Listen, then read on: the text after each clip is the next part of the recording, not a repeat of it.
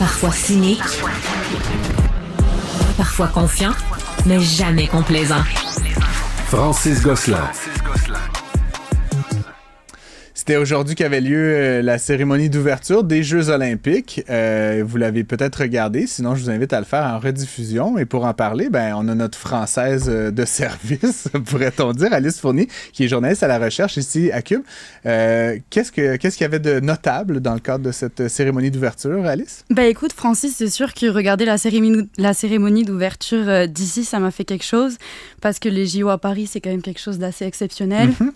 On attend ça avec impatience, mais il y a quand même un moment qui m'a chiffonné un petit peu dans cette cérémonie, c'est-à-dire qu'il y avait un panel historique assez important, 12 tableaux qui étaient présentés avec des artistes incroyables, des reprises de chansons françaises bien connues comme Edith Piaf, on la connaît tous, on l'aime énormément. Puis là, Aya Nakamura, qui est une chanteuse la plus écoutée dans le monde français. On avait fait grand cas de sa présence dans le cadre de cette cérémonie d'ouverture. Moi, je suis pas français, donc j'ai pas une relation directe à Aya Nakamura, mais apparemment c'est une chanteuse. Est-ce qu'elle est controversée, c'est ça? Elle n'est pas controversée, au contraire, c'est que elle fait énormément d'écoute en France puis partout dans le monde. J'ai été aussi étonnée en arrivant au Québec de l'entendre en boîte de nuit quand je suis sortie. Mais là, ce qui m'a Elle est non étonnée... seulement journaliste à la recherche, elle est notre chroniqueuse nightlife, mesdames et messieurs. Ce qui détonnait, je trouvais, c'était que chaque tableau qui était présenté de manière historique avait des références absolument incroyables à l'histoire de France. Je citerai notamment un passage d'une musique des Misérables avec une mise en scène absolument incroyable de la prise de la Bastille puis de la Révolution française. Et c'est à ce tableau-ci que suivait Aya Nakamura. Quand on a vu qu'elle arrivait avec ces musiques qui avaient fait le tour du monde, comme Jaja, etc., on les connaît tous, on a dansé plus ou moins là-dessus, etc. Moi, ce qui me dérange, c'est surtout la portée de ces paroles. Est-ce que c'est vraiment le savoir-faire à la française qu'on a envie de mettre sur le devant de la scène? Ces paroles, il y a la Pouki dans le side, oh Jaja, des phrases qui n'ont ni queue ni tête. Est-ce la Pouki dans le side. Exactement. Écoute, franchement, il va falloir me faire un petit cours de français de France éventuellement, Alice. Est-ce que ça réfère à quelque chose, le Pouki dans le side? Je pense pas que ce soit du français de France, parce que je pense que je le parle et je n'arrive pas à comprendre ces paroles non plus. C'est ça qui me dérange un petit peu. Ouais. Et je me dis, parmi toutes les chanteuses qu'on avait en France qui ont des paroles absolument incroyables et puis qui restent dans la tête, on a choisi ces paroles-ci. Je n'aurais pas fait chanter d'autres chansons à Aya Nakamura parce qu'il faut lui laisser sa touche d'artiste qui, bien sûr, fait qu'elle est arrivée à ce stade aussi et qu'elle s'est fait connaître dans le monde.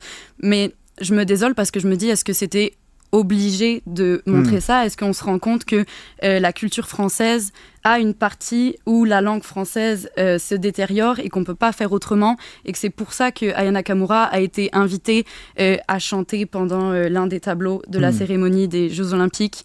C'est la question que je me pose. Ouais, ceci dit, moi, j'ai aucun des référents culturels que tu nous partages, Alice, et évidemment, je suis ravi que tu puisses témoigner du point de vue culturel, du point de vue... Mais je veux dire, moi, du point de vue visuel, c'était quand même joli.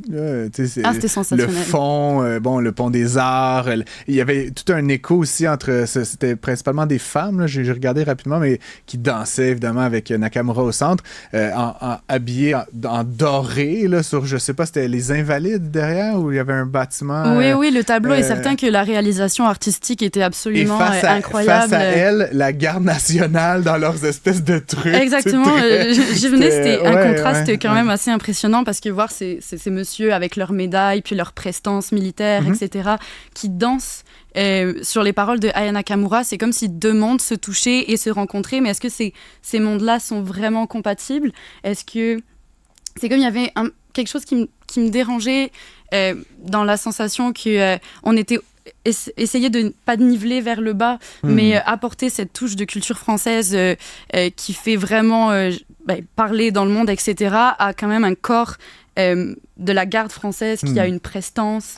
Oui, c'est un contraste intéressant, en tout cas, Alice Fournier. Je lisais là, sur X rapidement, mais ça va de bliss to watch à superbe, à magnifique, à nul à chier. Est-ce que quelqu'un comprend ce que dit cette dame? les réactions étaient assez mitigées, je dirais, sur ce tableau, comme tu les as appelés, alors que pour l'ensemble de la prestation, je pense qu'on peut dire que c'était une cérémonie d'ouverture assez réussie, là, ces Jeux olympiques de Paris cette année. C'était vraiment réussi, d'autant plus qu'ils ont eu la malchance d'avoir un temps absolument horrible. Il s'est mis à pleuvoir des cordes. Alors pour les chorégraphies, ça glissait, les maquillages, etc. C'était assez compliqué pour eux.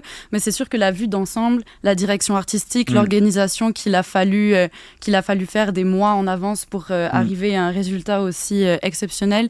Puis comme tu en parlais tout à l'heure, c'est sûr que c'est pas une cérémonie habituelle, on n'est pas dans un stade avec des scènes préparées, tout le monde est assis, c'est dehors. C'était dans la ville. Oui, c'est ça, puis on utilise les bâtiments historiques de la ville pour faire des tableaux qui rappellent la touche française qu'on connaît bien à travers le monde. Alice Fournier, journaliste à la recherche, chroniqueuse JO parisienne et Nightlife. Je découvre aussi une passion que je t'ignorais. Merci d'avoir fait cette petite capsule improvisée avec nous. Merci à toi. Et à très bientôt.